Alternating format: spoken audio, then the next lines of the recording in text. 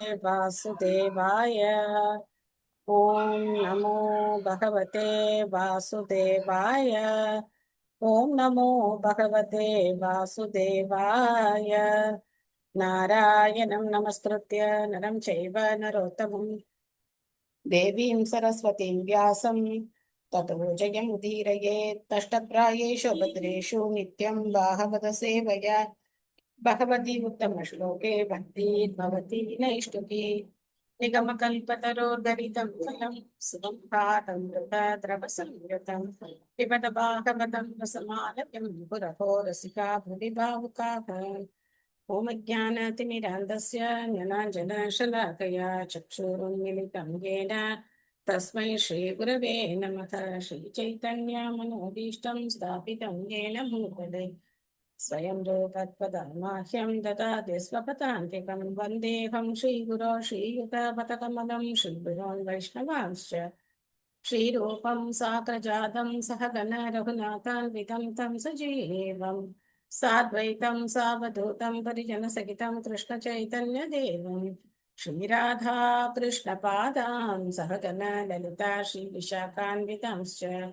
हे कृष्ण करुणा सिन्धो दीनबन्धो जगत्पते गोपेश गोपिका कान्त राधा कान्त नमोऽस्तुते। तप्त काञ्चन गौराङ्गी राधे वृन्दावनेश्वरी वृषभानुसुते देवी प्रणमामि हरिप्रिये। वाञ्छाकल्पतरुभ्यश्च कृपा सिन्धुभ्यैव च पतितानां पावनेभ्यो वैष्णवेभ्यो नमो नमः। नमो विष्णुपादाय कृष्णपृष्ठाय भूतले श्रीमते भक्तिवेदान्त स्वामिन्निति नामिने। नमस्ते सारस्वते देवे गौरवाणी प्रचारिणे निर्विशेष शून्यवादी पाश्चात्य देशतारिणे। जय श्री कृष्ण चैतन्य प्रभु नित्यानंद श्री अद्वैत गदाधर श्रीवासादि गौर भक्तवृंद। हरे कृष्णा कृष्ण कृष्ण हरे हरे हरे राम राम राम हरे हरे। मूकं करोति वाचालं पङ्गुं लङ्कयति गिरिं यत्कृपातमहं वन्दे श्रीगुरुं दीनधारिणं प्रमाणं माधवं श्रीचैतन्यम् ईश्वरं। हरिः ओं तत्सत्। कथाञ्चन स्मृते यस्मिन् दुष्करं सुकरं भवेत् स्मरेति वरेदंश श्रीचैतन्यं नमामितं। हरे கிருஷ்ணா. ஸோ நேற்று பார்த்த கிளாஸ்ல என்ன ஞாபகம் இருக்கு? பாகவதம். ஹரே கிருஷ்ண மாதாஜி. ஹரே ஒருவன் கிருஷ்ணா வந்து சொல்லுங்க. ஆசை இருக்கிறது இருக்கணும்ங்கிறது அருவவாதிகள் சொல்றாங்க மாதாஜி. ஆசை இல்லைன்னா ஜீவராசி இறந்து விட்டவனாமா. ஆசை என்னத்துக்கு படணும் அப்படின்னா ஜீவராசி பௌதிக ஆசையை துறந்து பகவானோட ஆசையை நிறைவேற்றணும். பகவானோட ஆசை என்ன அப்படிங்கிறதுனா பகவத்கீதையோட முடிவான இது என்னன்னா பகவான் அடையறது தான் பகவானோட ஆசை. அது பக்தி தொண்டு பண்ணா மட்டும்தான் பகவான நம்ம அணுக முடியும். எல்லா பாயிண்ட்டும் கரெக்ட், எல்லா பாயிண்ட்டும் சூப்பரா சொன்னீங்க. ஆனா முதல்ல ஒரு பாயிண்ட் எதனால அப்படி சொன்னீங்கன்னு தெரியல. அருவவாதிகள் அப்படி சொல்றாங்க ஆசைப்படணும் அப்படிங்கிறது. அதாவது எல்லாத்துக்குமே ஆசையற்றவனா இருக்கக்கூடாது.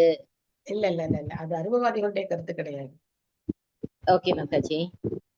சோ பொதுவா ஆசை இல்லாம இருக்கணும் அப்படின்னு புத்திஸ்ட் அந்த மாதிரி இருக்கிறவங்க சொல்றாங்க. ஆசை இருக்கக்கூடாதுன்னு சொல்றாங்க.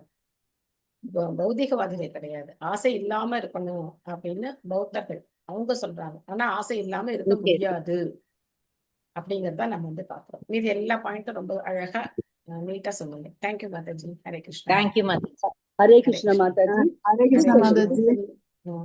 கல்யாணி மாதாஜி முடிச்சிட்டு நைமித்திக காரணம் சொன்னீங்க மாதாஜி. நைமித்திகன்னா தற்காலிகமா இன்னைக்கு உடம்பு சரியில்லை அப்படின்னா அன்னைக்கு மட்டும் நம்ம முடியலன்னா நம்ம வேலையை தள்ளி போட்டுக்கலாம். பட் மத்தபடி பண்ணக்கூடாது.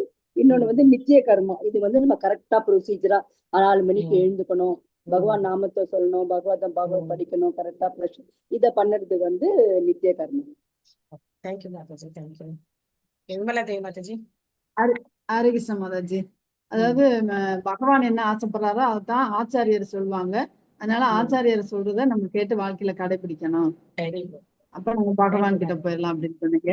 அது மாதிரி நம்ம மனசுல என்ன ஆசைப்படுறோமோ அத செய்யறதுக்கு பரமாத்மா அனுமதி கொடுத்துருவாரு அப்படின்னு சொன்னீங்க. நேத்து குடிபோதையில ஒருத்தர் இருக்கணும்னு நினைச்சா சரி நீ அப்படியே இருந்துக்க அப்படின்னு சொல்லி அதையும் அவர் சரின்னு சொல்லிடுறாரு. அப்ப ஆசைப்படுறது என்னன்றது நம்ம தான் சாய்ஸ், நம்மளோட விருப்பம் நல்லதா இருக்கணும் அப்படின்னு சொன்னோம். Very good. பகவத் ஹரே பக்திக்காக கிருஷ்ணா. மட்டுமே நம்ம நன்றி. ஆசைப்படணும். தேங்க்யூ மாதாஜி, தேங்க்யூ ஹரே மாதாஜி. கிருஷ்ணா மாதாஜி. உமாதேவி மாதாஜி சொல்லுங்க. ஹரே கிருஷ்ணா. ஹரே ஆன்மீக கிருஷ்ணா. குருவின் கட்டளை எவ்வளவு சிரமமானதா இருந்தாலும் அதை நிறைவேற்றது கடுந்தவம். அது மாதிரி நாம அதிகாலையில எழுதுறது கூட ஒரு தவம் சொன்னீங்க. தவம். அதிகாலையில் எழுந்துக்கிறது, அதுக்கப்புறம் பிரசாதம் மட்டுமே சாப்பிடுறது, நாம ஜபம், இதெல்லாம் நம்முடைய குட்டி குட்டி தவங்கள். Okay, thank you. ஸ்ரீமத் ஹரே பாகவதம் கிருஷ்ணா 2வது மாதாஜி. ஸ்கந்தம். எஸ் பிரபு. ஹரே கிருஷ்ணா மாதாஜி, இது ஒரு பாயிண்ட். ஆ, ஹரே கிருஷ்ணா மாதாஜி, இது ஒரு பாயிண்ட். சொல்லுங்க. எப்பொழுதும் என்னை பற்றி நினைத்து எனது பக்தனாகி என்னை வழிபட்டு எனக்கு வழக்கங்களுக்கு எனக்கு சமர்ப்பிப்பையாக. இவ்வாறு நீ என்னை வந்தடைவாய் என்பது ஐயமில்லை. நீ எனக்கு மிகவும் பிரியமான நண்பன் என்பதால் இந்த சத்தியத்தை நான் உனக்கு அளிக்கிறேன். மன்மனா பகவத் பக்தோ மத் யாஜிமா நமஸ்குரு மாம் ஏஷைசி சத்யம் தே பிரதிஜானே ரிஜோசிமே. ஹரே தேங்க்யூ கிருஷ்ணா பிரபு. மாதாஜி. ஹரே கிருஷ்ணா. தேங்க்யூ பிரபு. பகவானோட கட்டளைகளை நிறைவேற்றணும்னு சொன்னீங்க மாதாஜி. ஹரே கிருஷ்ணா. ஸ்ரீமத் பாகவதம் 2வது ஸ்கந்தம் அத்தியாயம் 9 பகவானுக்கு ஏற்புடைய விடைகள். அதுல நாம் வந்து எத்தனாவது பதம் படிக்கணும்? 28. கிரீடசி 28 மாதாஜி. பூர்ணநாபிர்யதோர்னுதே ததா தத் விஷயாம் தேஹி மனிஷா மயி மாதவ. மொழிபெயர்ப்பு பொருளுரை வழங்கியவர் திரு பக்திவேதாந்த சுவாமி. ஸ்ரீல பிரபுபாத் கி ஜெய். சோ பிரம்மதேவர் தவம் பண்ணார். பகவான் அவருடைய தவத்துக்கு ரொம்ப சந்தோஷப்பட்டு அவருக்கு தன்னுடைய ஆன்மீக உலகமான வைகுண்ட லோகத்தை காட்டினார். அவருடைய அற்புதமான ரூபத்தையும் பிரம்மா பார்த்தார். அதுக்கப்புறம் பிரம்மா கூட பகவான் கை குலுக்கினார். அப்புறம் பிரம்மாட்ட பேசினார். அதுக்கப்புறம் பிரம்மா அவர்கிட்ட பேசினார். அவருடைய விருப்பங்கள், அவர் மனசுல பரமாத்மாவா இருக்கார், ஆனாலும் அதெல்லாம் உங்களுக்கு தான் தெரியுமே அப்படின்னு சொல்லி பிரம்மா சும்மா இல்ல, தன்னுடைய விருப்பங்களை பிரம்மா இங்கே சொல்றார். மொழிபெயர்ப்பு. சர்வ சக்திகளுக்கும் எஜமானரே, அவைகளை பற்றிய அனைத்தையும் தத்துவார்த்தமாக தயவு செய்து என்னிடம் கூறி அருளுங்கள். சிலந்தி தன்னுடைய சொந்த சக்தியால் தன்னை மறைத்துக் கொள்வதை போலவே தான் தாங்களும் நடந்து கொள்கிறீர்கள். உங்களுடைய தீர்மானம் என்றுமே தவறாததாகும். பகவானை பத்தி தெரிஞ்சுக்கணும்னா பகவானே சொன்னதான் உண்டு. மற்ற வழிகளை நம்ம அவரை பத்தி தெரிஞ்சுக்க முடியாது. சோ அதனால இங்க வந்து ஒரு சிலந்தியோட உதாரணத்தை வந்து கொடுக்குறார். அப்படி சொல்லி நீங்க வந்து எனக்கு உங்களை பத்தி சொல்லுங்க அப்படின்னு சொல்றாரு. சாந்தி மாதாஜி, சாந்தி மாதாஜி படிக்கிறீங்களா? ஹரே கிருஷ்ண மாதாஜி. ஹரே கிருஷ்ணா. மொழிபெயர்ப்பு பொருளுரை வழங்கிய தெய்வத்திரு ராசா பக்திவேதாந்த சுவாமி ஸ்ரீல பிரபுபாதற்கு ஜெய். கற்பனைக்கு எட்டாத பகவானின் சக்தியால் படைப்பை செய்யும் ஒவ்வொரு மூலப்பொருளுக்கும் அதன் ஆற்றல்கள் உள்ளன. அவை மூலப்பொருளின் ஆற்றல் என்றும் அறிவாற்றல் என்றும் வெவ்வேறு செயல் விளைவுகளின் ஆற்றல் என்றும் அறியப்படுகின்றன. பகவானுடைய இத்தகைய மறைந்துள்ள சக்திகளின் சேர்க்கையால் படைத்தல், காத்தல் மற்றும் அழித்தல் ஆகியவை பிரம்மா, விஷ்ணு மற்றும் மகேஸ்வரன் ஆகியோரை போன்ற பிரதிநிதிகளால் உரிய காலங்களில் நிகழ்த்தப்படுகின்றன. பிரம்மா படைக்கிறார், விஷ்ணு காக்கிறார் மற்றும் சிவபெருமான் அழிக்கிறார். ஆனால் இத்தகைய பிரதிநிதிகளும் படைப்பு சக்திகளும் பகவானிடமிருந்து தோன்றியவர்களே. இதனால் அனைத்திற்கும் ஒரே ஆதி மூலமான பகவானை தவிர வேறெதுவும் கிடையாது. சிலந்தியும் அதன் வலையும் பொருத்தமான உதாரணங்களாக உள்ளன. வலை சிலந்தியால் உண்டாக்கப்பட்டு அதனாலேயே காக்கப்படுகிறது. சிலந்தி விரும்பிய உடனேயே தன் வலையை சுழற்றி தனக்குள் ஒடுக்கி விடுகிறது. அற்பமான ஒரு சிலந்தி அதன் விருப்பத்திற்கு ஏற்றவாறு செயற்படும் சக்தியை பெற்றிருக்குமாயின் பிரபஞ்ச தோற்றங்களை படைத்து காத்து அழிக்கும் விவகாரங்களில் பரமபுருஷரால் ஏன் அவரது பரம விருப்பத்துடன் செயற்பட முடியாது? சர்வ சக்தி படைத்த முழுமுதற் கடவுள் அவரது பல்வேறு சக்திகளை கொண்டு உன்னத லீலைகளில் நித்தியமாக ஈடுபட்டுள்ளார். இவ்விஷயத்தை இறை அருளால் பிரம்மாவை போன்ற ஒரு பக்தரால் அல்லது அவருடைய சீட பரம்பரையின் சங்கிலி தொடரில் இடம்பெற்றுள்ள ஒருவரால் புரிந்து கொள்ள முடியும். ஹரே கிருஷ்ணா. சோ பகவானே தன்னை வெளிப்படுத்தினாத்தான் உண்டு. இப்ப பகவத்கீதையில பகவான் வந்து அகம், மம அப்படிங்கிற வார்த்தைகளை பயன்படுத்தும் போது பொதுவா நான் என்னுடையது அப்படிங்கிறது வந்து அகங்காரத்தினுடைய வெளிப்பாடு. பகவான் ரொம்ப அகங்காரமா இருக்காரோ, எப்ப பார்த்தாலும் நான் நான் நான் என்னுடையது என்னுடையது அப்படின்னு சொல்லிட்டே இருக்காரு அப்படின்னு அப்படி கிடையாது. அவர் அகங்காரத்தினால சொல்லல. அவர் அப்படி சொன்னாதான் நமக்கு வந்து அவரை பத்தி தெரியும். இல்லைன்னா நமக்கு அவரை பத்தி புரிஞ்சுக்கிறதுக்கு வேற வாய்ப்பு எதுவும் கிடையாது. பகவானே தன்னை வெளிப்படுத்தினாத்தான் உண்டு. இங்க படைப்பு அப்படிங்கிறது ஒரு சிலந்திக்கு உதாரணமா சொல்லப்படுது. சிலந்தி வந்து அதனுடைய வலையை தானே பின்னிக்குது இல்லையா? அதோட உமிழ்நீர்ல இருந்து வலையை பின்னிக்குது. அதே மாதிரி அந்த வலைக்குள்ள அது இருக்கு. அதுக்கு வேண்டான்னு சொல்லும்போது அந்த வலையை திரும்ப அதே உள்ளுக்குள்ள இழுத்துக்குது. அந்த மாதிரி பகவான் தன்னுடைய கற்பனைக்கு எட்டாத சக்திகள் மூலமா படைத்து காத்து அழித்து இந்த பிரபஞ்சத்தை பராமரிக்கிறார். அப்போ தேவைப்படும் போது இன்னொரு படைப்பு அப்படிங்கிறது நிகழ்கிறது. பகவத் சிகிக்ஷிதம் அகம் பரவானிகி அதன்பிதக நேகமானக பிரஜா சர்க்கம் பத்யேயம் யத் அனுகிரகாத். பரமபுருஷரான தங்களுடைய உபதேசத்தின் மூலமாக இவ்விஷயத்தில் நான் கற்பிக்கப்பட்டால் ஜீவராசிகளை படைப்பதில் நான் உங்களுடைய கருவியாக செயல்பட்டு அத்தகைய செயல்களால் பந்தப்பட்டு விடாமல் என்னால் இருக்க முடியும். எனவே அவைகளை பற்றி தயவு செய்து எனக்கு கூறுங்கள்.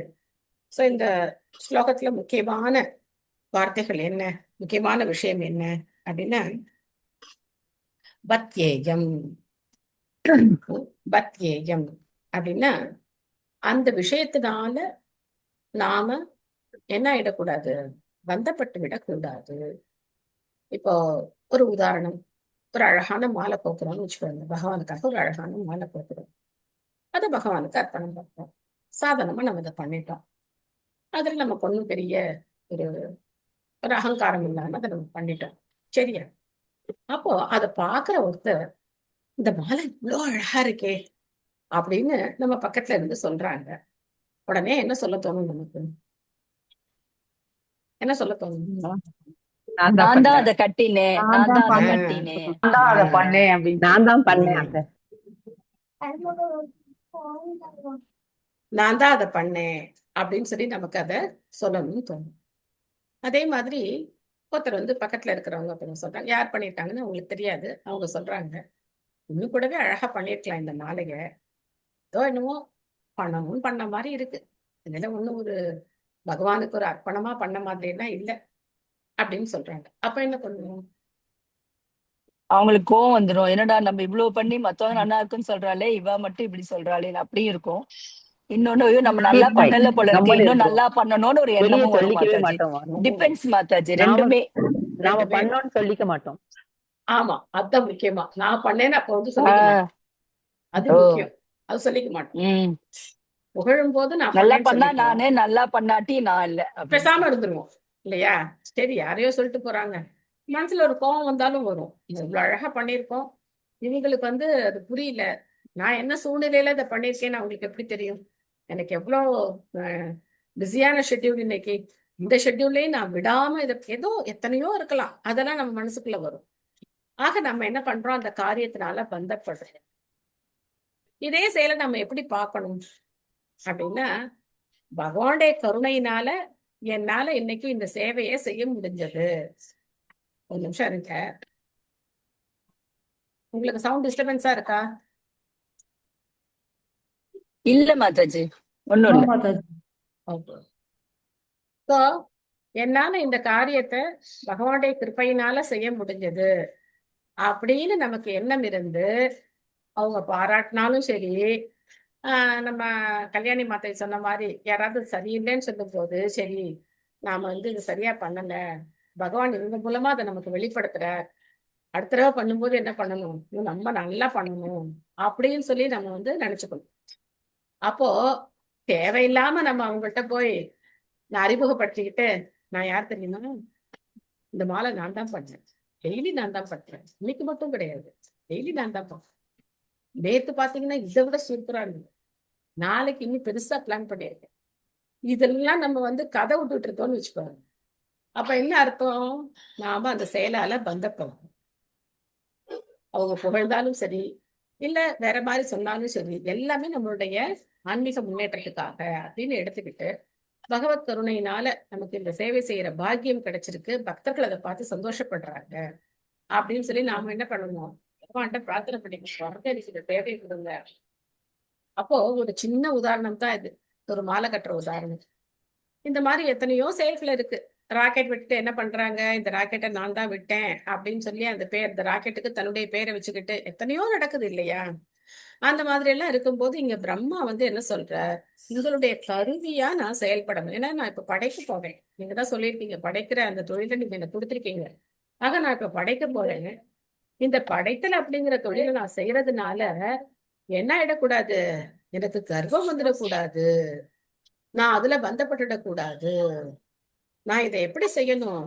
உங்களுடைய சேவையா மட்டும்தான் நான் செய்யணும் அப்படிங்கிறத இங்க பிரார்த்தனையா பண்றேன்.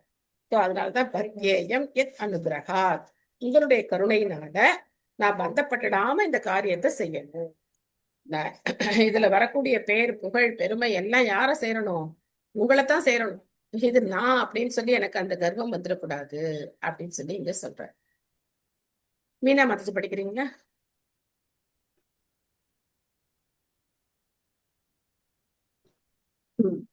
ஹரே கிருஷ்ண மாதாஜி. ஹரே கிருஷ்ணா. ஆச்சாரிய பிரபுபாதா பிரம்மதேவர் சுய அறிவில் நம்பிக்கை கொண்ட ஒரு கற்பனை ஆளனாய் ஜட சிக்கலில் பந்தப்படுவதை விட பந்தப்பட்டு விடுவதை விரும்பவில்லை. செயல்களை நிறைவேற்றுவதில் பகவானின் பகிரங்க சக்தியான குணமயி மாயா அல்லது மாயா சக்தியின் கரங்களில் பந்தப்பட்ட ஆத்மா ஒரு கருவியாக மட்டுமே இருக்கிறான். முக்தி அடைந்த நிலையில் ஜீவராசி முழுமுதற் கடவுளின் நேரடியான விருப்பத்திற்கு கருவியாக இருக்கிறது. இதுவே ஜீவராசியின் இயற்கையான நிலையாகும்.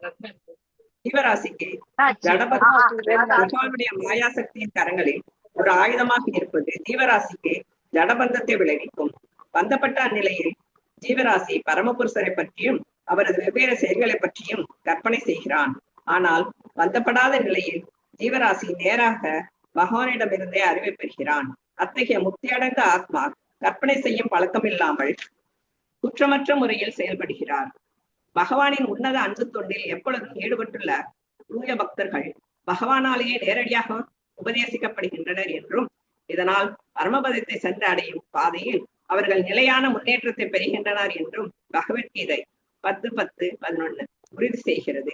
எனவே பகவானின் தூய பக்தர்கள் அவர்களின் முன்னேற்றத்தில் கர்வம் கொள்வதில்லை.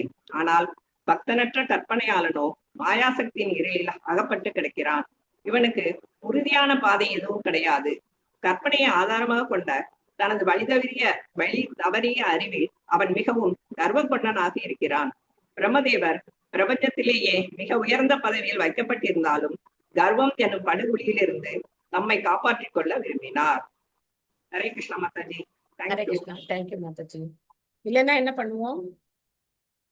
நான், என்னுடைய பெயர், புகழ் அப்படிங்கிறதுல நம்ம மாட்டிக்கிட்டு நானே கடவுள் அப்படிங்கிற முடிவுக்கு வந்து, ஏன்னா ஏதாவது கண்டுபிடிச்சு அவங்க பெரிய ஆள் ஆயிட்டோம் அப்படின்னாக்க உடனே என்ன தோணும்? கடவுளே கிடையாது, நான் தான் கடவுள். நான் பாரு எவ்வளவு பெரிய முன்னேற்றம் என்னால வந்திருக்கு, விஞ்ஞான முன்னேற்றம், நான் எத்தனை கண்டுபிடிச்சிருக்கேன். அதான் இவளோட இந்த பாதை. ஆனா பக்தர்கள், அவங்களுக்கு நல்லா தெரியும் எவ்வளவு பக்தியில முன்னேற்றம் அடைஞ்சாலும் அவங்க எப்படி இருக்காங்க? பணிவோட இருக்காங்க. பகவான் மேல, அவருடைய கருணை மேல மட்டும்தான் பூரணமா நம்பிக்கை வச்சிருக்காங்களே தவிர தங்களுடைய சொந்த சக்தியினால அவங்க முயற்சி தான் செய்யறாங்க. அவங்க சொந்த சக்தி அவங்க முழுமையா நம்புறது கிடையாது. பகவானுடைய கருணையை தான் நம்பி இருக்காங்க. யாவத் சகா சக்யோ விவேச்சதே கிருதஹ பிரஜா விசர்கே விபஜாமி போஜனம் அவிக்லபஸ்தே பரிகர்மணி ஸ்திதோ மாமே சமுன்னத மதோஜமானினக. எம்பெருமானே, பிறப்பற்றவரே, ஒரு நண்பனை போல், சமநிலையில் இருப்பவரை போல் தாங்கள் என்னுடன் கரம் குலுக்கினீர்கள். வெவ்வேறு வகையான ஜீவராசிகளை படைப்பதில் ஈடுபட்டு தங்களுடைய சேவையில் நான் ஆழ்ந்துவிட வேண்டும். எந்த குழப்பமும் எனக்கு ஏற்படாதிருக்க வேண்டும். மேலும் நானே பரமன் என்றெண்ணி இவை அனைத்தும் என்னிடம் கர்வத்தை எழுப்பி விடாமல் இருக்க வேண்டும் என்றும் பிரார்த்திக்கிறேன். சோ இதெல்லாம் ரொம்ப முக்கியமான விஷயங்கள். ஒரு காரியத்தை செய்யும்போது நமக்கும் அதே மனநிலை இருக்கணும்.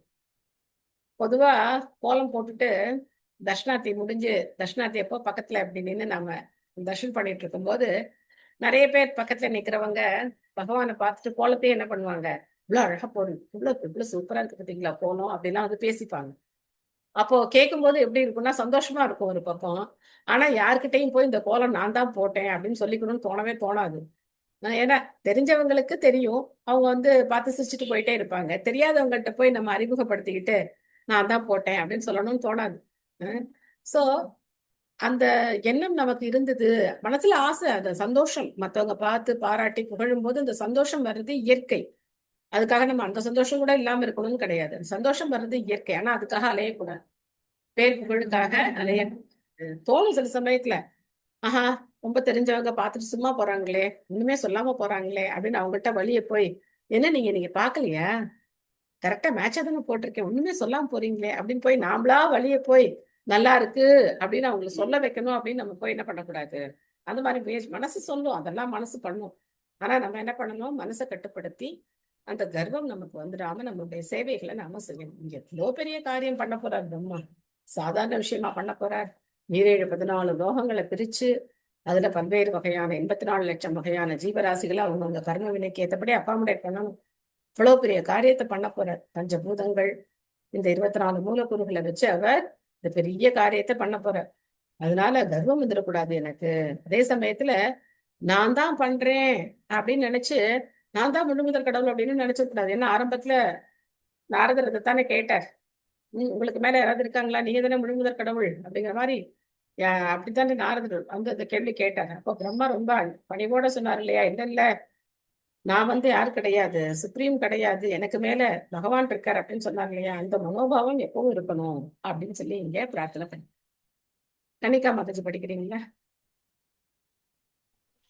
எஸ் மாதாஜி, படிக்கிறேன் மாதாஜி. ஹரே கிருஷ்ணா மாதாஜி. ஹரே கிருஷ்ணா. பொருளரை தந்த பக்தி வேதாந்த சுவாமிக்கு ஜெய். பிரம்மதேவர் பகவானுடைய நட்புறவில் நிலை பெற்றிருக்கிறார் என்பதில் சந்தேகமில்லை. ஒவ்வொரு ஜீவராசியும் முழுமுதற் கடவுளுடனான 5 வகையான உன்னத உறவு முறைகளில் ஏதேனும் ஒன்றில் நித்தியமாக ஈடுபட்டுள்ளனர். அவ்வுறவுகள் சாந்தம், தாஸ்யம், சக்கியம், வாத்சல்யம் மற்றும் மாதுரியம் என்பனவாகும். இவற்றை நாம் ஏற்கனவே விளக்கி இருக்கிறோம். பிரம்மதேவர் முழுமுதற் கடவுளுடன் உன்னதமான தோழன்மை பாவத்தில் உறவு கொண்டுள்ளார் என்பது இங்கு தெளிவாக காட்டப்படுகிறது. தூய பக்தர் ஒருவர் ஏதேனும் ஒரு உன்னதமான பாவங்களில் பகவானுடன் உறவு கொண்டிருக்க கூடும். இவற்றில் பெற்றோராக உள்ள உறவு முறையும் ஒன்றாகும். ஆனால் பகவத் பக்தன் உன்னத தொண்டனாகவே எப்பொழுதும் இருக்கிறான். பகவானுக்கு சமமானவரோ அல்லது அவரை விட உயர்ந்தவரோ ஒருவரும் இல்லை. அதுவே பகவத்கீதையின் தீர்ப்பாகும். பிரம்மதேவர் பகவானுடன் உன்னதமான தோழமை பாவத்தில் நித்தியமாக உறவு கொண்டிருப்பவராயினும் பலதரப்பட்ட ஜீவராசிகளை படைக்கும் மிக உயர்ந்த பதவி அவருக்கு வழங்கப்பட்டிருந்தாலும் தாம் பரமபுருஷரோ அல்லது பரமசக்தி படைத்தவரோ அல்ல என்பதை உணர்ந்திருக்கிறார். பிரபஞ்சத்திற்குள்ளேயோ அல்லது வெளியிலோ சில சமயங்களில் பகவானை விட அதிகமான சக்தியை ஒருவர் வெளிப்படுத்த கூடும். இருப்பினும் இச்சக்தி பகவானால் அவரிடம் ஒப்படைக்கப்பட்ட ஒரு விபூதி என்பதை தூய பக்தர் அறிகிறார். பகவானை பிரதிநிதிக்கும் அத்தகைய சக்தி வாய்ந்த ஜீவராசி ஒரு பொழுதும் சுதந்திரமானவர் அல்ல. ஸ்ரீ ஹனுமான் இந்திய பெருங்கடலை தாண்டினார். ஆனால் பகவானால் ஸ்ரீ ராமச்சந்திரர் பாலம் அமைத்து அதன் மீது நடந்து சென்றார். இது பகவானை விட ஹனுமான் அதிக சக்தி படைத்தவர் என்பதை குறிப்பதாகாது. சில சமயங்களில் பகவான் அசாதாரணமான சக்திகளை தமது பக்தனுக்கு அளிக்கிறார். ஆனால் அச்சக்தி முழுமுதற் கடவுளுக்கு சொந்தமானது என்பதையும் தான் ஒரு கருவி மாத்திரமே என்பதையும் பக்தன் எப்பொழுதும் அறிந்திருக்கிறான். தாங்களே கடவுள் என்று சிலர் தப்பாக எண்ணுகின்றனர். தூய பக்தர் இவர்களைப் போல் திமிர் பிடித்தவர் அல்ல. பகவானுடைய மாயா சக்தியின் சட்டத்தால் ஒருவன் ஒவ்வொரு அடியிலும்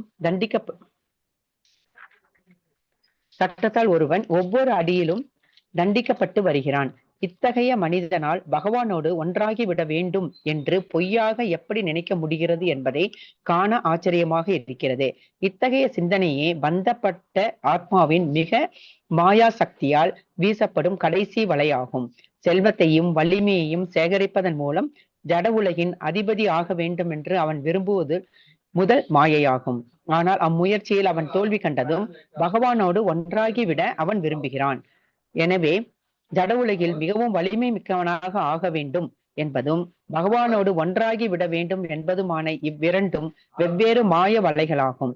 தூய பகவத் பக்தர்கள் சரணாகதி அடைந்த ஆத்மாக்களாக இருப்பதால் அவர்கள் இயற்கையின் மாய வலைகளுக்கு மேற்பட்டவர்களாக இருக்கின்றனர். பிரம்மதேவர் ஒரு தூய பக்தர் ஆவார். ஜட உலகில் முதல் அதிகாரம் செலுத்தும் மூர்த்தியாகவும் அவர் இருக்கிறார். இதனால் பல அற்புத செயல்களை அவரால் நிகழ்த்த முடியும். இருப்பினும் அறிவு பற்றாக்குறையாக உள்ள பக்தரற்றவர்களைப் போல் பகவானோடு ஒன்றாகி விட வேண்டும் என்று எண்ணும் தைரியம் ஒரு பொழுதும் அவருக்கு வராது. அறிவற்ற மூடர்கள் பிரம்மாவிடமிருந்து பாடம் கற்றுக்கொள்ள வேண்டும். உண்மையில் ஜீவராசிகளை படைப்பவர் பிரம்மதேவர் அல்ல. படைப்பின் துவக்கத்தில் ஜீவராசிகளுக்கு வெவ்வேறு தேக அமைப்புகளை அளிப்பதற்காக பிரம்மாவிற்கு அதிகாரம் அளிக்கப்பட்டது. கடந்த யுகத்தின் ஜீவராசிகள் இயற்றிய கர்மங்களுக்கேற்ப இதை அவர் செய்கிறார். ஆழ்ந்த உறக்கத்தில் உள்ள ஜீவராசிகளை எழுப்பி அவர்களுக்குரிய கடமைகளில் அவர்களை ஈடுபடுத்துவதே பிரம்மதேவரின் கடமையாகும். பலதரப்பட்ட ஜீவராசிகள் மனம் போன போக்கில் பிரம்மாவால் படைக்கப்படவில்லை. ஜீவராசிகளுக்கு வேறுபட்ட தரங்களை கொண்ட உடல்களை கொடுத்து அவ்வுடல்களுக்கேற்ப அவர்களை செயலாற்ற செய்ய வேண்டும் என்பதற்காகவே அவருக்கு இப்பொறுப்பு அளிக்கப்பட்டுள்ளது. இருப்பினும் தாம் கருவி மாத்திரமே என்பதை அவர் அறிவார். இதை ஞாபகத்தில் வைத்திருப்பதால் தாமே சர்வசக்தி படைத்த பகவான் என்று அவரால் நினைக்காமல் இருக்க முடியும். பகவத் பக்தர்கள் பகவானால் அளிக்கப்பட்ட குறிப்பிட்ட கடமைகளில் ஈடுபட்டுள்ளனர். இத்தகைய கடமைகள் தடையின்றி வெற்றிகரமாக நிறைவேற்றப்படுகின்றன. ஏனெனில் அவை பகவானால் உத்தரவிடப்பட்டவையாகும். வெற்றிக்குரிய புகழ் செய்பவனுக்கு உரியதல்ல, அது பகவானுக்கு சொந்தம். ஆனால் அறிவு பற்றாக்குறையாக உள்ளவர்கள் வெற்றிக்குரிய புகழை பகவானுக்கு அளிக்காமல் தங்களுடையதென எடுத்துக் கொள்கின்றனர். இதுவே பக்தரற்ற பிரிவை சேர்ந்தவர்களின் குணமாகும். ஹரே கிருஷ்ணா மாதாஜி. தேங்க்யூ மாதாஜி. ஹரே கிருஷ்ணா. அருமையான பொருளுரை இல்லையா? பகவான் ஒரு குறிப்பிட்ட ஜீவராசிக்கு ஒரு சக்தியை கொடுத்து அந்த காரியத்தை நிறைவேற்றுறதுக்கான எல்லாத்தையும் வசதிகளையும் பகவான் தான் கொடுக்குறார். அதை பக்தர் புரிஞ்சிருக்கார். ஓகே, இது பகவானால எனக்கு கொடுக்கப்பட்ட சக்தி. ஹனுமான் என்னைக்குமே என்ன சொல்லல, நான் ராமருக்கு சமமானவன், ராமரை விட உயர்ந்தவன், நான் பறந்து போயிட்டேன், நான் ஒரே தாவு குதிச்சு போயிட்டேன், ஆனா ராமர் பாலெல்லாம் கட்டி நடந்து வர வேண்டியிருந்தது அப்படின்லாம் அவர் சொல்லல. அவர் என்ன பண்றார், எப்பவுமே ராமருடைய சேவகன் தொண்டன், அவருடைய கருணையினால எனக்கு இது கிடைச்சது அப்படிங்கறத அவர் நினைக்கிறார். சோ ஆனா பக்தர் அல்லாதவங்க எல்லா காரியமும் அவங்களே செய்யறாங்கன்னு நினைச்சிருக்காங்க. அது அவங்க கிட்ட இருக்கிற மிகப்பெரிய தவறு. சோ அதனால இங்க பிரம்மா அந்த பிரார்த்தனைகளை ஆரம்பத்திலேயே ரொம்ப ஜாக்கிரதையா பண்ணிடுறார். நான் இந்த மாதிரி எந்த விதமான சிக்கல்லையும் மாட்டிக்கூடாது, நானே முழுமுதற் கடவுள் அப்படிங்கிற முடிவுக்கு நான் வந்துடக்கூடாது, அதே சமயத்துல இதை படைக்கிறதுனால நான் எனக்கு கர்வமும் வந்துடக்கூடாது. ஏன்னா ரொம்ப பெரிய காரியம். எல்லாருக்கும் அவங்க கர்ம விதிக்கு ஏற்றபடி என்ன செய்யணும், ஜீவராசிகள் எல்லாம் அப்படி முடங்கி கிடக்காங்க, அவ்வியக்த நிலையில இருக்காங்க. திரும்ப அவங்க வியக்திகள் ஆகணும் அப்படின்னா அவங்கவுங்க கர்ம வினைக்கு ஏற்றபடி அவங்கவுங்களுக்கு எல்லாத்தையும் அகாமடேட் பண்ணி கொடுக்கணும். இப்பவே எல்லாம் பண்ணும்போதே நமக்கு எப்படி இருக்கு, ஏகப்பட்ட குறை இருக்கு. எனக்கு மட்டும் ஏன் இப்படி நடக்குது, எல்லாரும் நல்லா இருக்காங்களே, எனக்கு மட்டும் ஏன் இத்தனை பிரச்சனை வருது அப்படின்னு நம்ம ஏகப்பட்ட கேள்வி கேட்கிறோம்.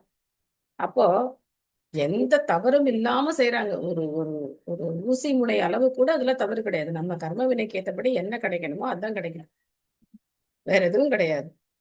அதை பக்தர்களாக புரிஞ்சுக்கணும். அடுத்த பதம் இப்ப இருந்து நம்ம பார்த்தோம் அப்படின்னாக்க கிட்டத்தட்ட சதுஸ்லோகி பாகத்துக்கிட்ட நம்ம நெருங்கிட்டு இருக்கோம். 33வது பத்திலேருந்து ஆரம்பமாகுது. சோ பகவான் ஒரு விளக்கம் சொல்றார். இப்போ பிரம்மா கேட்டதுக்கு பகவான் விளக்கம் சொல்றார். மிக மிக நீண்ட நீண்ட பொருளுரைகள், 2-3 பேர் சேர்ந்து நம்ம இந்த பொருளுரைகளை பொறுமையா படிப்போம். இந்த பொருளுரைகளை புரிஞ்சுக்கிறதுக்கு கொஞ்சம் பொறுமை அவசியம். ஏன்னா சின்ன சின்ன பொருளுரைகள் டக்கு டக்கு டக்குன்னு கதை மாதிரி எல்லாம் படிச்சுட்டே போக முடியாது. ஏகப்பட்ட சாஸ்திர பிரமாணங்களை பிரபுபாதர் நமக்கு கொடுத்துட்டே போறார். அதனால அதெல்லாம் படிச்சு தெரிஞ்சுக்கிறதுல ஒரு ஆர்வம் இருந்தது அப்படின்னா ரொம்ப இன்ட்ரெஸ்டிங்கா நம்ம இதை படிக்கலாம். ஸ்ரீ பகவானுவாச்ச ஞானம் பரம குஹ்யம் மே யத் விஜ்ஞான சமன்விதம் ச ரகசியம் ததங்கம் ச மிருகானாம் கதிதம் மயா. ரகசியத்தை சொல்ல போறார். ச ரகசியம் ததங்கம் ச அப்படின்னு சொல்றாரு. முழுமுதற் கடவுள் கூறினார், சாஸ்திரங்களில் விவரிக்கப்பட்டுள்ளதே போல் என்னை பற்றிய அறிவு மிகவும் ரகசியமானதாகும். அதை பக்தி தொண்டின் உதவியுடன் உணர வேண்டும். அதற்கு தேவையான விஷயம் இப்பொழுது என்னால் விளக்கப்படுகிறது. இதை நீர் கவனத்துடன் கேளு. ஒரு பீடிகை போட்டு ஆரம்பிக்கிறார். என்னால இப்ப நான் இதை நான் உனக்கு விளக்கமா சொல்ல போறேன் அப்படின்னு சொல்லி. சத்யா மாதாஜி படிக்கிறீங்களா?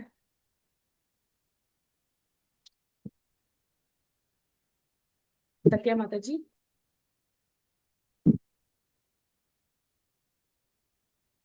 ஹரே கிருஷ்ணா. ஜெய் ஸ்ரீ பிரபுபாதிக்கு ஜி. பொருளுரை. பிரபஞ்சத்தில் உள்ள பகவத் பக்தர்களிலேயே மிகச்சிறந்த பக்தர் பிரம்மதேவர் தான். இதனால் அவருடைய 4 முக்கியமான கேள்விகளுக்கு முழுமுதற் கடவுள் 4 முக்கியமான கூற்றுகளில் விளையடித்தார்.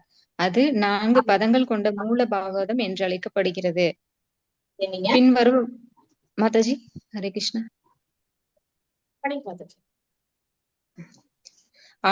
பிரம்மாவின் கேள்விகள் ஆகும். ஜடம் மற்றும் ஆன்மீகம் ஆகிய இரண்டிலும் உள்ள பகவானின் வடிவங்கள் யாவை? 2வது, பகவான் வெவ்வேறு சக்திகள் எப்படி செயல்படுகின்றார்? 3, பகவானின் பல்வேறு சக்திகள் எப்படி செயல்படுகின்றன? 4, பிரம்மாவிடம் ஒப்படைக்கப்பட்ட கடமையை அவர் நிறைவேற்ற எவ்வாறு அவருக்கு உபதேசிக்கப்படும்? இப்பொழுது விவாதிக்கப்படும் இப்பதம் மேற்கொண்ட கேள்விகளின் பதில்களுக்கு முகவுரையாக விளங்குகிறது. வேத நூல்களில் குறிப்பிட்டுள்ளதைப் போல் பரமபூரண உண்மையை பற்றிய அறிவு மிகவும் சூட்சுமமானதும் பகவானின் கருணையால் ஒருவர் தன்னுணர்வு பெற்றிருந்தால் அல்லாது புரிந்து கொள்ளப்பட முடியாததுமாகும் என்று பகவான் இப்பதத்தில் பிரம்மாவிற்கு அறிவிக்கின்றார். விடைகளை பகவான் விளக்கி கூறுவது போல் பிரம்மா அவற்றை ஏற்றுக்கொள்ள வேண்டும் என்று பெருமான் கூறினார். பகவானை பற்றிய உன்னத அறிவை பகவான் தாமாக அறிவிக்கவில்லை என்றால் அதை தெரிந்து கொள்ள முடியாது என்பதே இதன் பொருள். மிகப்பெரிய பௌதிக சிந்தனையாளர்களின் மனக்கற்பனையால் பரமபுருஷரை அறிய முடியாது. அவர்களால் அருவ பிரம்ம உணர்வு வரை செல்லவியலும். ஆனால் உண்மையில் உன்னதத்தை பற்றிய பூரண அறிவு அருவ பிரம்மத்தின் அறிவிற்கு அப்பாற்பட்டதாகும். ஆகவே இது பரம ரகசியமான ஞானம் என்று அழைக்கப்படுகிறது. முக்தியடைந்த ஆத்மாக்கள் பலரில் யாதேனும் ஒருவர் முழுமுதற் கடவுளை அறியும் தகுதி பெற்றிருக்க கூடும். பல நூற்றுக்கணக்கான ஆயிரக்கணக்கான மக்களில் யாரேனும் ஒருவர் மனித வாழ்வின் பூரணத்துவத்தை அடைய முயலக்கூடும். பல முக்தியடைந்த ஆத்மாக்களில் யாதேனும் ஒருவன் மட்டுமே பகவானை உள்ளபடி அறிகின்றான் என்று பகவத்கீதையிலும் கூறப்பட்டுள்ளது. எனவே பக்தி தொண்டால் மட்டுமே பரமபுருஷரை பற்றிய அறிவை அடைய முடியும். ரகசியம் என்றால் பக்தி தொண்டு என்பதாகும். அர்ஜுனன் ஒரு பக்தரும் நண்பருமாக இருந்ததால் அவருக்கு பகவான் ஸ்ரீகிருஷ்ணர் பகவத்கீதையை உபதேசித்தார். அத்தகைய தகுதிகளை பெறாமல் பகவத்கீதையின் பரம ரகசியத்தினுள் ஒருவனால் நுழைய முடியாது. எனவே ஒருவன் பக்தனாகி பக்தி தொண்டை நிறைவேற்றினால் அல்லாது அவனால் முழுமுதற் கடவுளை புரிந்து கொள்ள முடியாது. இந்த மறைப்பொருள் கிருஷ்ண பிரேமையே ஆகும். அதில்தான் முழுமுதற் கடவுளை பற்றிய பரம ரகசியத்தை அறிவதற்குரிய முக்கிய தகுதி இருக்கிறது. உன்னதமான கிருஷ்ண பிரேமை எனும் நிலையை அடைய பக்தி தொண்டின் கட்டுப்பாட்டு விதிகளை பின்பற்ற வேண்டும். இக்கட்டுப்பாட்டு விதிகள் விதி பக்தி, பகவானின் பக்தி தொண்டு என்று அழைக்கப்படுகிறது. பக்குவமடையாத பக்தன் ஒருவன் தற்பொழுது அவனுடைய புலன்களால் அவற்றை பயிற்சி செய்ய முடியும். இத்தகைய ஒழுக்க விதிகள் முக்கியமாக பகவானின் புகழை கேட்பதையும் அவற்றை பாடுவதையும் அடிப்படையாக கொண்டுள்ளது. இத்தகைய கேட்டலும் பாடலும் பக்தனின் சகவாசத்தில் மட்டுமே சாத்தியமாக கூடும். எனவே பகவானின் பக்தி தொண்டில் பக்குவமடைய 5 முக்கிய கொள்கைகளை பகவான் ஸ்ரீ சைத்தன்யர் சிபாரிசு செய்துள்ளார். 1, பகவானுடனான சகவாசம், செவியுறுதல். 2, பகவானின் புகழ். ஹரே கிருஷ்ண மாதாஜி. பக்தர்களுடனான சகவாசம். சரி மாதாஜி. ஹரே கிருஷ்ணா. 1, பக்தர்களுடனான சகவாசம், செவியுறுதல். 2, பகவானின் புகழை பாடுதல். 3, தூய பக்தரிடமிருந்து ஸ்ரீமத் பாகவத்தை கேட்பது. 4, பகவானோடு சம்பந்தப்பட்டுள்ள ஒரு புனித இடத்தில் வசிப்பது. 5, பகவானின் விக்கிரகத்தை பக்தியுடன் வழிபடுவது. இத்தகைய சட்ட திட்டங்கள் பக்தி தொண்டின் பகுதிகளாகும். எனவே பிரம்மதேவரின் வேண்டுகோளுக்கிணங்க அவரால் கேட்கப்பட்ட 4 கேள்விகளுக்கும் அவற்றின் கிளைகளான மற்ற கேள்விகளுக்கும் உரிய முழு விவரங்களையும் முழுவதற் கடவுள் விவரிப்பார். ஹரே கிருஷ்ண மாதாஜி. தேங்க்யூ மாதாஜி. ஹரே கிருஷ்ணா. சோ சைத்தன்ய மகாபிரபு சொல்லியிருக்கிற இந்த முக்கியமான 5 விஷயங்கள் பக்தி ரசாமிர்த சிந்துல 64 அங்கங்கள் சொல்லப்பட்டிருக்கு. பக்தி ரசாமிர்த சிந்து அப்படின்னு ஒரு புஸ்தகம் இருக்கு, ரூப கோஸ்வாமி எழுதியிருக்கிறது. அதுல பக்தியில 64 அங்கங்கள் பக்தி தொண்டினுடைய விதிகளா சொல்லப்பட்டிருக்கு. அதுல இந்த 5 விதிகள் முக்கியமானது. ஒண்ணு என்ன? சாது சங்கா, பக்தர்களுடைய சங்கம். அதுக்கப்புறம் அடுத்தது என்ன அப்படின்னாக்க பாகவத ஸ்ரவணம், பாகவதத்தை பக்தர்கள் கிட்ட இருந்து கேட்கறது. சாது சங்க, பாகவத ஸ்ரவணம். அதுக்கப்புறம் மதுராவாஸ்.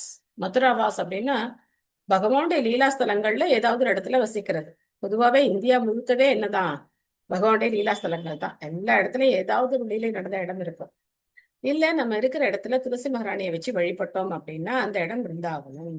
துளசி மகாராணி கௌர்ணித்தாய் வச்சு வழிபட்டாங்களே போதும். கிருஷ்ணருடைய விக்கிரகம் கூட நமக்கு தேவையில்லை. கௌர்ணித்தாயும் துளசி மகாராணி இருந்தா போதும். கௌரங்க மகாபிரபு, நித்யானந்த பிரபு, பஞ்சதத்துவ வச்சு பிரபுபாத துளசி மகாராணி இருந்தா போதும். மதுராபாஸ். அதுக்கப்புறம் ஸ்ரீமூர்த்தையா ஸ்ரத்தையா சேவா அப்படின்னா பகவானுடைய ஸ்ரீ விக்கிரகங்களை ஆராதனை செய்யறது. இன்னொன்னு என்ன?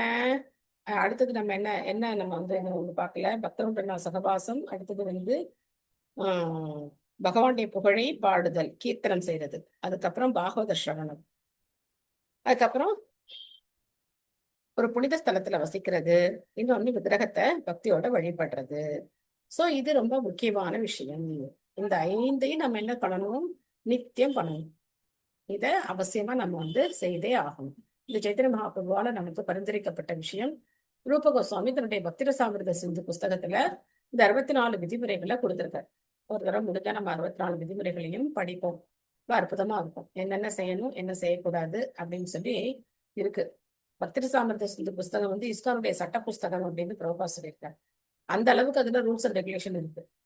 அதை ஃபாலோ பண்ணி தான் கோவில்ல விக்கிரக வழிபாடெல்லாம் நடைபெறுது. ரொம்ப முக்கியமான விஷயம்.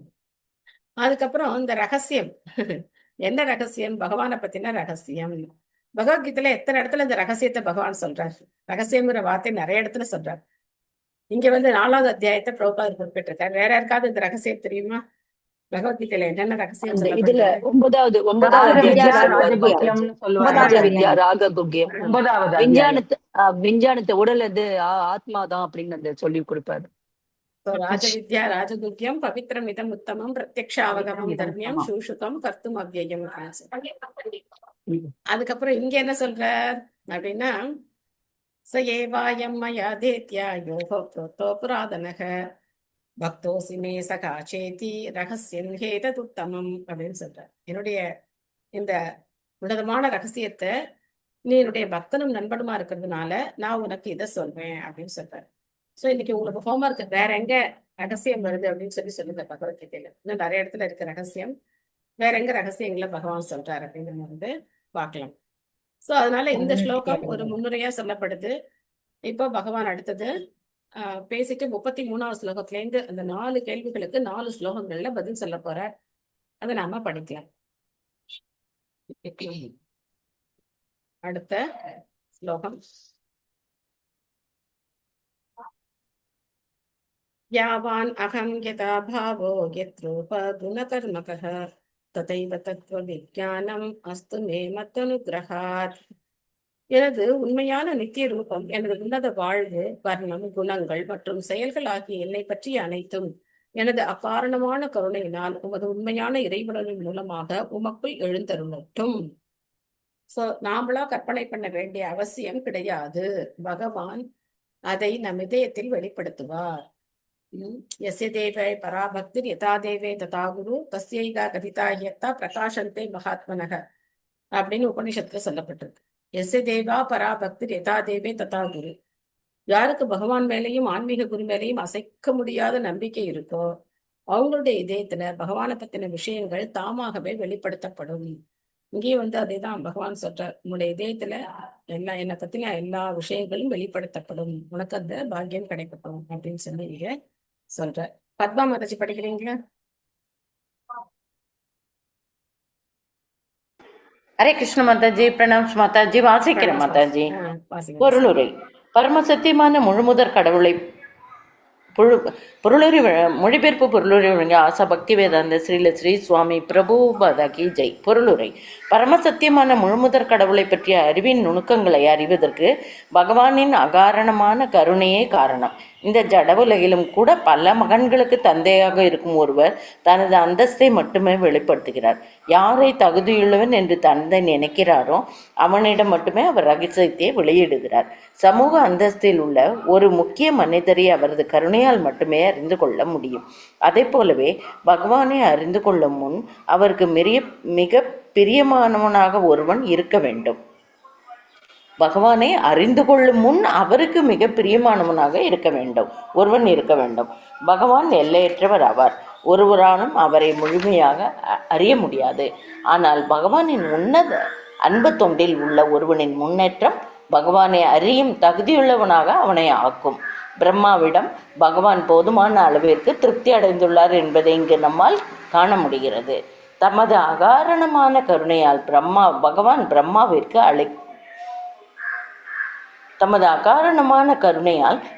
பிரம்மாவிற்கு அளிக்கிறார். ஏனெனில் அவரது கருணையால் மட்டுமே பிரம்மாவால் இறை உணர்வை பெற முடியும். பௌதிக கல்வியாலோ அல்லது புத்தி சாதுரியத்தாலோ பரமசத்தியமான முழுமுதற் கடவுளை ஒருவனால் அறிய முடியாது என்று வேதங்களில் கூறப்பட்டுள்ளது. உண்மையான ஆன்மீக குருவிடமும் பகவானிடம் அயராத நம்பிக்கையால் பரம சத்தியத்தை ஒருவன் அறியலாம். இத்தகைய நம்பிக்கையுள்ள ஒருவர் பௌதிக கல்வி இல்லாதவராக இருப்பினும் பகவானின் கருணையால் அவரை தாமாகவே தானாகவே அறிந்து கொள்ள முடியும். அனைவரிடமும் தம்மை வெளிப்படுத்தி கொள்ளாத உரிமையை பகவான் பத்திரப்படுத்தி வைத்திருப்பதாக பகவத்கீதை கூறுகிறது. பகவான் தமது யோகமாயா சக்தியின் மூலமாக நம்பிக்கை இல்லாதவர்களிடமிருந்து தம்மை மறைத்து கொள்கிறார். நம்பிக்கை உள்ளவர்களிடம் வாசிக்குவா மாதாஜி? இல்லை வேற யாராவது வாசிக்குவாங்களா? படிங்க மாதாஜி. இந்த பேராகிராஃப் முடிச்சிடுங்க. இந்த பேராகிராஃப் நம்பிக்கை முடிங்க உள்ளவர் மாதாஜி. இந்த பேராகிராஃப் வாசிச்சிடுங்க. இந்த பேராகிராஃப். நம்பிக்கை உள்ளவருடன் பகவான் தமது உருவம், குணம் மற்றும் லீலைகள் ஆகியவற்றின் மூலமாக தம்மை வெளிப்படுத்துகிறார். பகவான் அருவவாதிகளால் தப்பாக கருதப்படுவதை போல் அருவமானவர் அல்ல. அவரது உருவம் நமது அனுபவத்திற்கு உட்பட்டுள்ள உருவத்தை போன்றதல்ல. பகவான் தூய பக்தர்களுக்கு தமது உருவத்தை மட்டுமல்லாமல் அதன் அளவையும் கூட வெளிப்படுத்துகிறார். அதுவே யாவான் என்பதன் பொருளாகும். இது ஸ்ரீமத் பாகவதத்தின் மிகச்சிறந்த வல்லுனரான ஸ்ரீல ஜீவ கோஸ்வாமியால் விவரிக்கப்பட்டுள்ளது. ஹரே கிருஷ்ணா மாதாஜி. தேங்க்யூ மாதாஜி. ஓகே, இப்போ உங்களுக்கு ஒரு கேள்வி. பகவான் எந்த ஸ்லோகத்துல சொல்றார், நான் எல்லாருக்கும் என்ன வெளிப்படுத்த வேண்டிய அவசியம் கிடையாது, நான் வெளிப்படுத்த மாட்டேன் அப்படின்னு நீங்க சொல்றார்? எந்த ஸ்லோகத்துல சொல்றார்?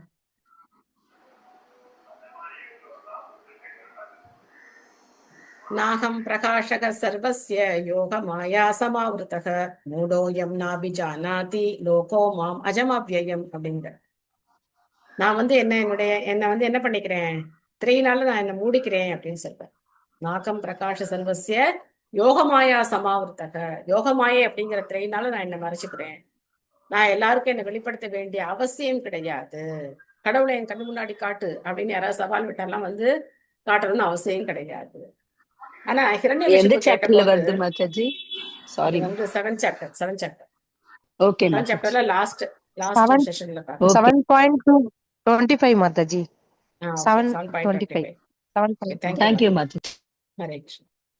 சோ பகவானுடைய கருணையினால மட்டும்தான் அவரை தெரிஞ்சுக்க முடியுமே தவிர நம்மளுடைய ஏட்டறிவினால, நான் பெரிய சமஸ்கிருத பண்டிதன், எனக்கு வேதங்கள்லாம் தெரியும் அப்படிங்கிறதுனால கூட ஒருத்தரால பகவானை புரிஞ்சுக்க முடியாது. வேதேஷு துர்லபம் அதுர்லபம் ஆத்மதத்தோ கோவிந்த மாதி புருஷம் தமகம் பஜாமி அப்படின்னு சொல்லப்பட்டு. ஸோ அதனால எப்போ நம்ம பகவானுக்கு பிரீத்தியா நம்ம நடந்துக்கிறோமோ, ஆன்மீக குரு எப்போ திருப்தி அடைகிறாரோ அப்போ பகவான் நமக்கு அவரை வெளிப்படுத்துவார். ரொம்ப முக்கியமான விஷயம். ஆன்மீக குருவை திருப்திப்படுத்தலாம், பகவான் திருப்தி அடைவார். வேற நேரடியா நம்மளால என்ன பண்ண முடியாது, பகவானை திருப்திப்படுத்த முடியாது. விமலா தேவி மதச்சு படிக்கிறீங்களா?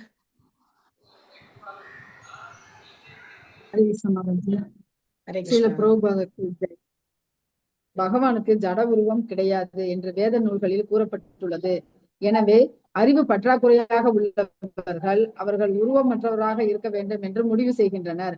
அவர்களால் ஜட உருவத்திற்கு ஆன்மீக உருவத்திற்கும் உள்ள வேறுபாட்டை காண முடியவில்லை. ஜட உருவம் இல்லை எனில் ஒருவர் அருவமானவராகத்தான் இருக்க வேண்டும் என்பது அவர்களின் கருத்தாகும். இந்த முடிவும் கூட பௌதிகமானதே. ஏனெனில் உருவமற்ற நிலை உருவமுள்ள கருத்திற்கு எதிரானதாகும்.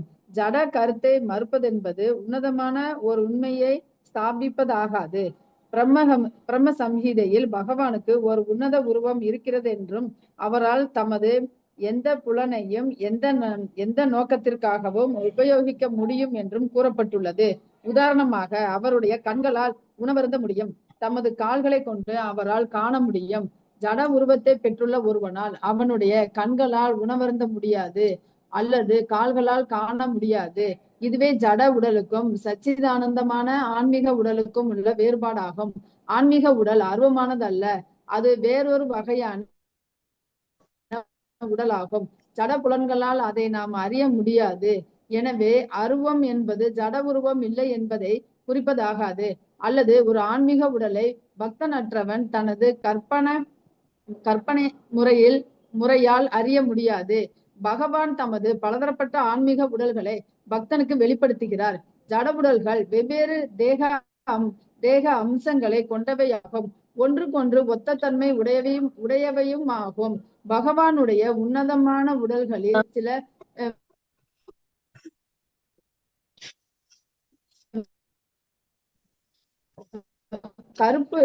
கருமையானவையும் சில மஞ்சள் நிறமுடையவையும் ஆகும்.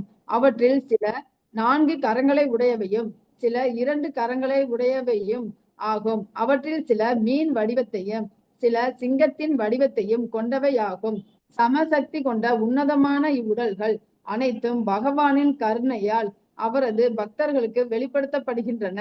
இதனால் பக்தன் ஒருவன் பக்தி தொண்டில் மிகவும் முன்னேறியவனாக இல்லாதிருப்பினும் பரம சத்தியத்திற்கு உருவமில்லை என்னும் அருவவாதிகளின் தப்பான வாதங்கள் அத்தகைய பக்தனின் கவனத்தை கவர்வதில்லை. பகவானிடம் எண்ணிலடங்காத தெய்வீக பண்புகள் உள்ளன. அவருடைய தூய பக்தனிடம் அவருக்குள்ள அன்பும் அவற்றில் ஒன்றாகும். ஜட உலக சரித்திரத்தில் காணப்படும் அவரது தெய்வீக பண்புகள் நம்மால் போற்றுக்குரியவையாகும். பகவான் தமது பக்தர்களை காப்பதற்காகவும் அசுரர்களை அழிப்பதற்காகவும் அவதரிக்கிறார். அவரது செயல்கள் அவருடைய பக்தர்களோடு சம்பந்தப்பட்டுள்ளன. ஸ்ரீமத் பாகவதம் இத்தகைய செயல்களால் நிரப்பப்பட்டுள்ளது.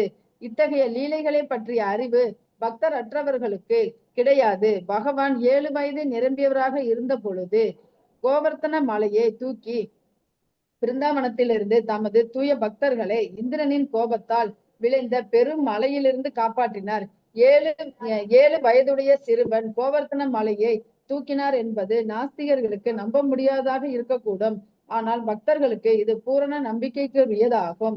பகவானின் ஆற்றலை பக்தன் நம்புகிறான். ஆனால் பகவான் சர்வசக்தி படைத்தவர் என்று கூறினாலும் அதை நாஸ்திகன் நம்புவதில்லை.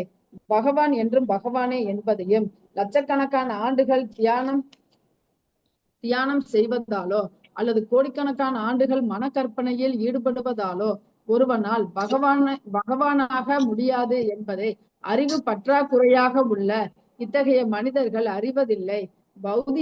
பௌதிக அறிஞர்களின் அருவவாத விளக்கம் இப்பதத்தில் முற்றிலும் தவறென நிரூபிக்கப்பட்டுள்ளது. ஏனெனில் ஒரு மனிதனுக்குள்ள உருவம், குணம் மற்றும் செயல்கள் முதலான அனைத்தும் பரமபுருஷருக்கு இருப்பதாக இங்கு தெளிவாக குறிப்பிடப்பட்டுள்ளது. முழுமுதற் கடவுளின் தெய்வீக இயற்கையை பற்றி இவ்வர்ணைகள் அனைத்தும் பகவத் பக்தர்களால் பெறப்படும் உண்மையான உணர்வுகளாகும். மேலும் பகவானின் அகாரணமான கருணையினால் அவரது பக்தர்களுக்கு அவை வெளிப்படுத்தப்படுகின்றன, மற்றவர்களுக்கு அல்ல. ஹரே கிருஷ்ணா. நன்றி மாதாஜி. ஹரே கிருஷ்ணா. தேங்க்யூ மாதாஜி. இவ்வளவு அற்புதமான பொருளுரை பாருங்க. பிரபுபாத் பகவானுடைய உருவத்தை ஸ்தாபிதம் பண்றதுக்கு எவ்வளவு விஷயங்களை சொல்றார். ஏன்னா இத்தனை இருந்தும் அருவவாதிக்கு என்ன புரியல, அந்த ஒரு வார்த்தைக்கு அர்த்தம் புரியல. வேதங்கள்ல அரூபம் அப்படின்னு ஒரு வார்த்தை இருக்கு. அரூபம், நிர்குணம், இந்த மாதிரி வார்த்தைகள்லாம் இருக்கு. அரூபம் அப்படின்னு வந்த உடனே என்ன நினைக்கிறாங்க? உருவம் கிடையாது. ரூபம்னா உருவம் சேர்த்தா அது எதிர்மறையா போயிடும். அரூபம், உருவம் கிடையாது. எவ்வளவு சிம்பிளா புரிஞ்சுக்கிட்டாங்க. வேதங்களை கரெக்டா புரிஞ்சுக்கிட்டாங்க இல்லையா? ஆனா நம்ம ஆச்சாரியர்கள்ட்ட இருந்து கேட்கும்போது என்ன புரியுது?